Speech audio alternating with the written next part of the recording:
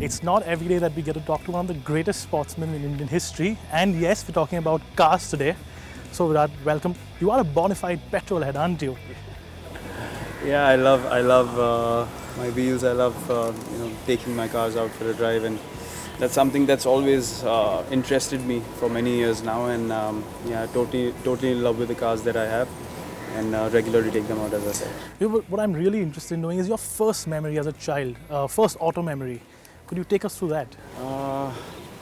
Obviously, the first strong memories you have is of the cars that the family has always had. But I think one of my own possessions and buying my first car was a Safari.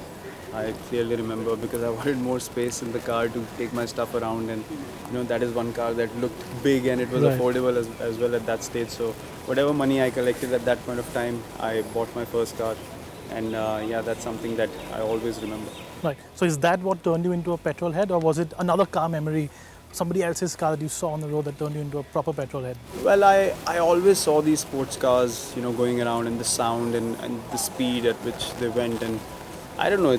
Maybe it's just to do with the fact that I play a sport which gives you adrenaline rush on the field, and then seeing something potentially similar, I think always attracts. All the sportsmen are very fond of cars, and that's the only reason I can boil down to that. The similar adrenaline rush you can replicate behind the wheel and actually have that experience in your car. So yeah, I think it comes from that, and then I sort of let it develop, and it's not been bad. So you do own quite a few cars, and what's been your favorite in the garage so far? Well, my favorite till now, the ones that I've had, has obviously been the R8.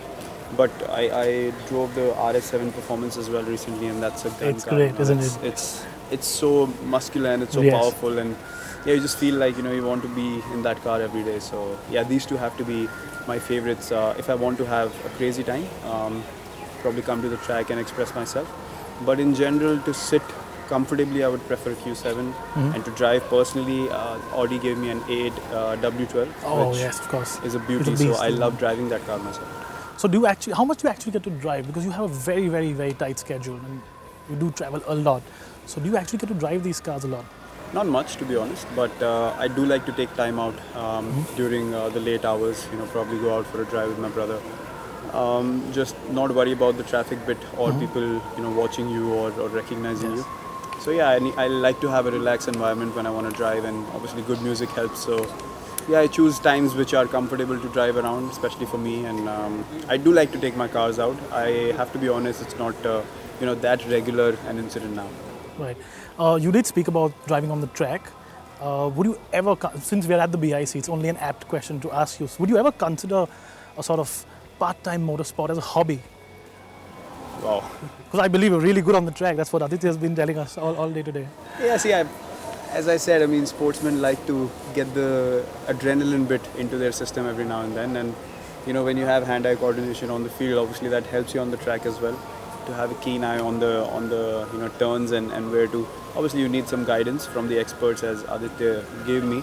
But in general, yeah, I think, I can be potentially a good driver, but again, it scares you to be in a competition zone. You rather want to come and enjoy yourself without having any competitors on your side. But yeah, who knows? Maybe in the future anything is possible. I have potential, I have to say.